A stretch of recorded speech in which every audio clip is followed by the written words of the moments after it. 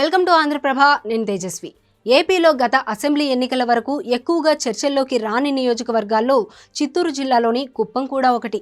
TDP అధినేత చంద్రబాబు నాయుడుకి ఆయన పార్టీలోకి వచ్చినప్పటి నుండి ఇప్పటి వరకు ఏకధాటిగా 7 విజయాలు అందించిన సీటు ఇది. ఇక్కడ నుండి చంద్రబాబుపై ఎవరు పోటీ చేస్తున్నారు, ఎవరు గెలుస్తారనే చర్చలు 3 దశాబ్దాలుగా స్థానికంగా కూడా జరిగేవి కావు. దీనికి కారణం చంద్రబాబు కుప్పంలో పెంచుకున్న ఓటర్లు, నేతల నెట్వర్క్. ఏడాదికోసారి మాత్రమే నియోజకవర్గానికి వెళ్లే చంద్రబాబును 3.5 దశాబ్దాలుగా గెలిపిస్తున్న కుప్పం సీటు చరిత్ర ఓసారి చూద్దాం.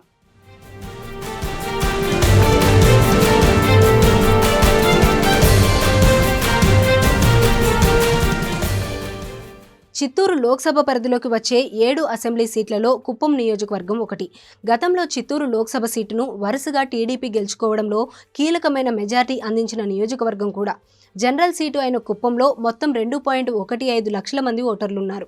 నియోజకవర్గం పరిధిలో కుప్పం, శాంతిపురం, గుడుపల్లె, రామకుప్పం మండలాలు ఉన్నాయి. వన్యకుల క్షత్రియులు ఎక్కువగా ఉన్నారు. ఆ తర్వాత మాల, కురవ, గాండ్ల కులస్తులు ఎక్కువగా ఉన్నారు.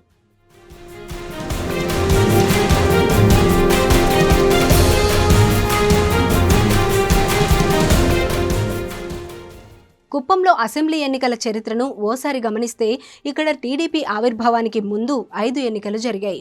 ఇందులో 1962లో కమ్యూనిస్ట్ పార్టీ, 1967, 1972 ఎన్నికల్లో ఇండిపెండెంట్లు, 1955, 1978లో కాంగ్రెస్ పార్టీ గెలిచింది. 1983లో టీడీపీ ఆవిర్భావం తర్వాత నుంచి ఇక్కడ ఆ పార్టీదే హవా. టీడీపీ ఆవిర్భావం తర్వాత కుప్పం అసెంబ్లీ సీటుకు మొత్తం 9 ఎన్నికలు జరిగితే ఇందులో అన్నీ టీడీపీయే గెలిచింది. 1983 నుండి 2019 వరకు ఇక్కడ టీడీపీయే గెలుస్తూ వస్తుంది. ఇందులో 2 సార్లు 1983, 1985లో టీడీపీ అభ్యర్థి రంగస్వామి నాయుడు గెలిస్తే ఆ తర్వాత 7 సార్లు చంద్రబాబే గెలిచారు.